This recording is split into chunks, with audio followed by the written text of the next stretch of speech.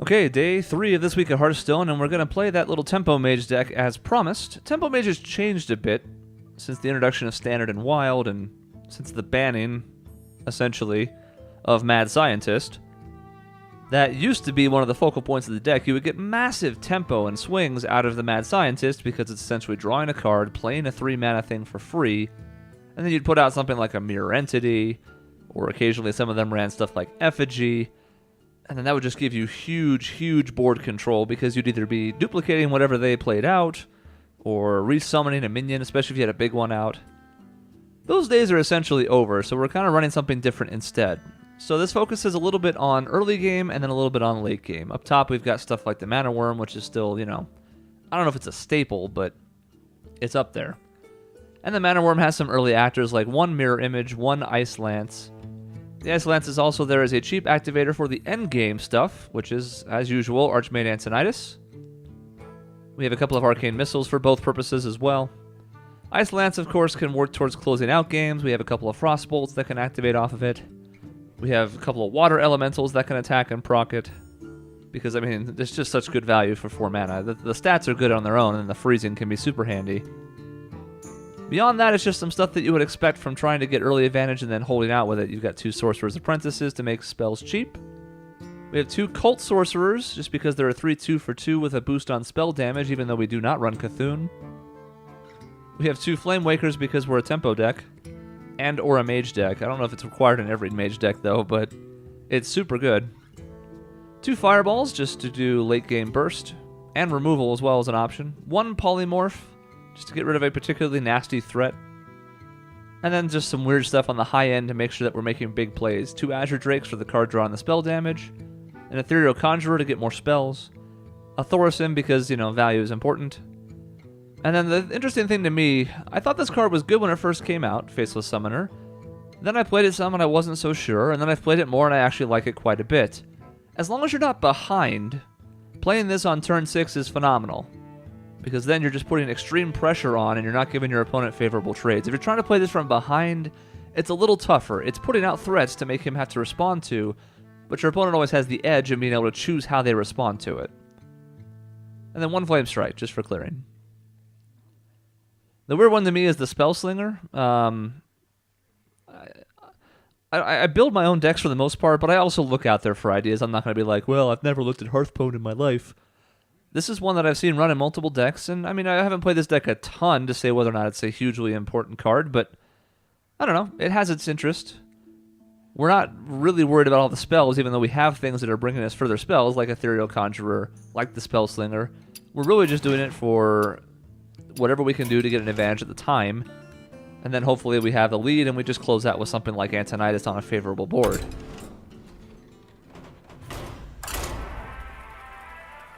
So we'll see how it goes.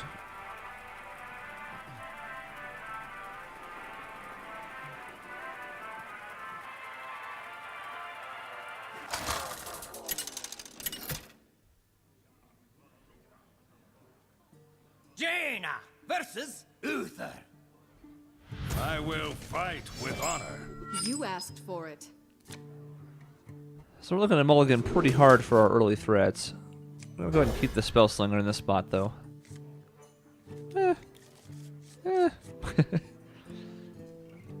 Not terrible. Obviously, we're looking more for stuff like Mana Worm and things like that, but Sorcerer's Apprentice. But that's okay.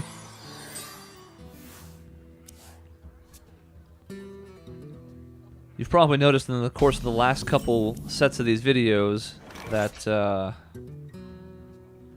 stand pat. I'm a big proponent of the fact that we got 9 extra deck slots, finally. I have 17 of my 18 filled, which is just like what I was doing before, where I had 8 of 9 filled. Reporting for duty. And then could build something based on whatever seemed to be cool at the time. Let's make magic. Of course, back then, when you only had 9 slots, that meant you couldn't keep a deck up for every class unless you wanted to have nothing open, and you couldn't have more than 1 from each class. Now, because... I don't know, I was going to say because I like the classes, I have more than 1, but I have 3 Shaman decks, and I don't even like Shaman, so I don't know what that's about. I wonder. But it was some much-needed functionality.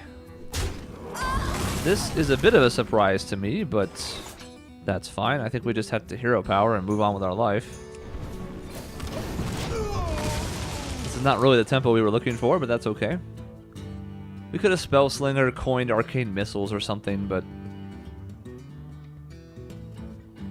what if all 3 Arcane Missiles miss? There's a 10%, well, 12.5% chance of that happening. Ugh, Divine Favor. The worst card in the game.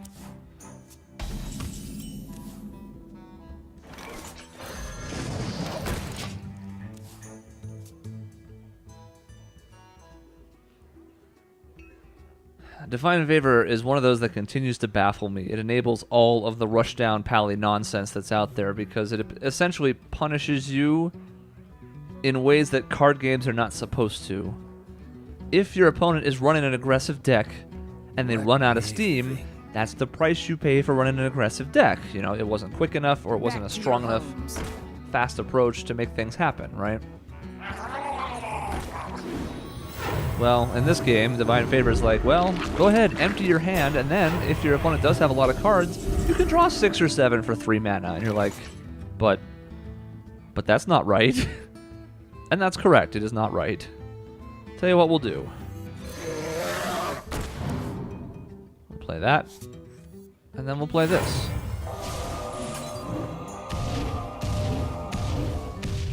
Well, that's unfortunate. Alas.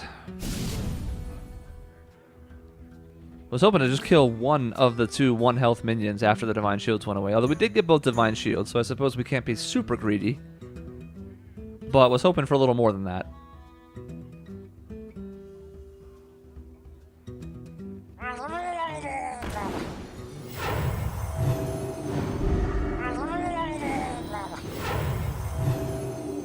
And we're gonna have a hero power here.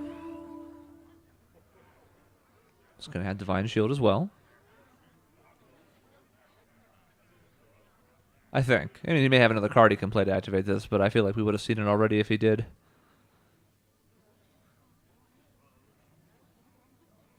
Let me think.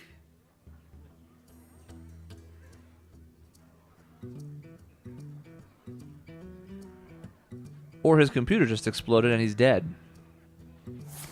Let's move quickly.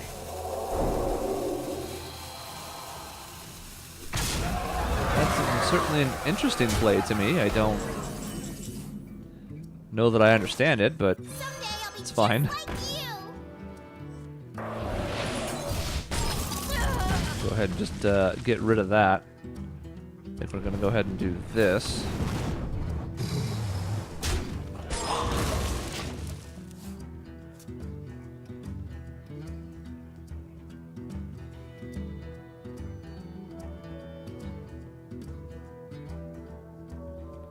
I guess that Azure Drake just really had to go. I see. Now the deck makes sense to me. Still not all that concerned by that, to be honest, because we just play something like this out and...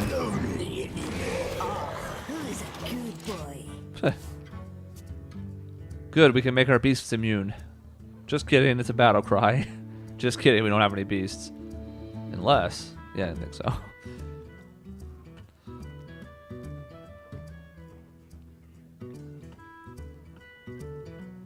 Now he gets to trade with this however he wants to, and that's fine, but I think that's better than putting out the Water Elemental and some other nonsense.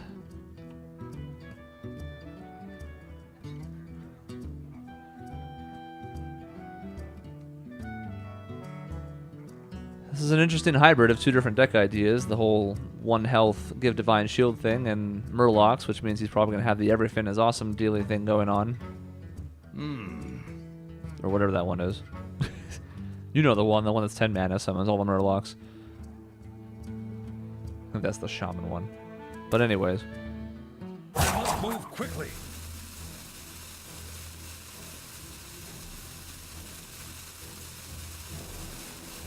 Let me think.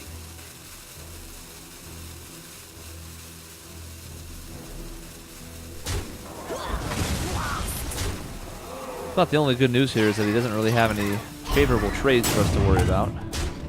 He did just get that attack off in time, though. Someday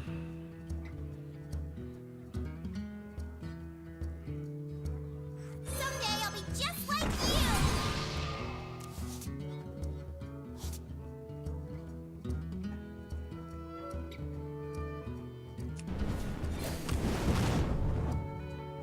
No friend. A little dangerous here. Already facing 10 damage. So it would not be hard to see like a true silver and something else added to the mix here, but we're not going to burn an Ice Lance just to freeze a minion for one turn.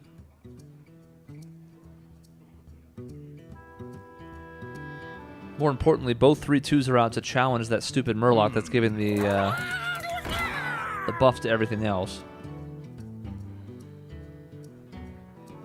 Because we'd like to get rid of that, and then it'll be significantly better to deal with his board.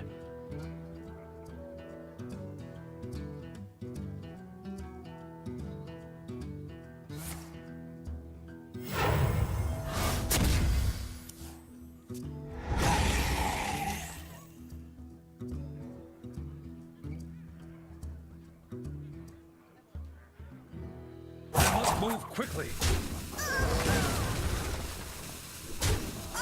I see he has other ideas for this than that, but I think it's time we take those ideas away. I serve the Fire Lord. Beautiful.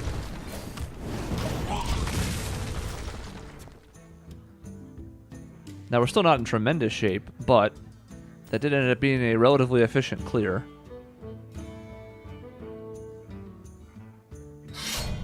There's the true silver we were expecting.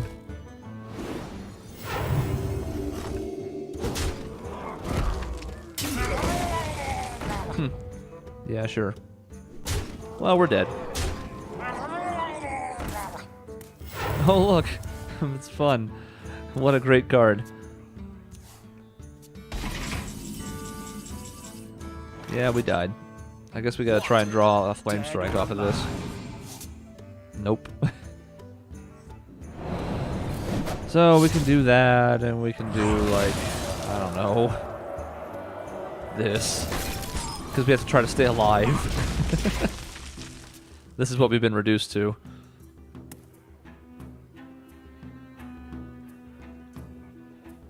Conceding there would have been the much faster option, but that's fine.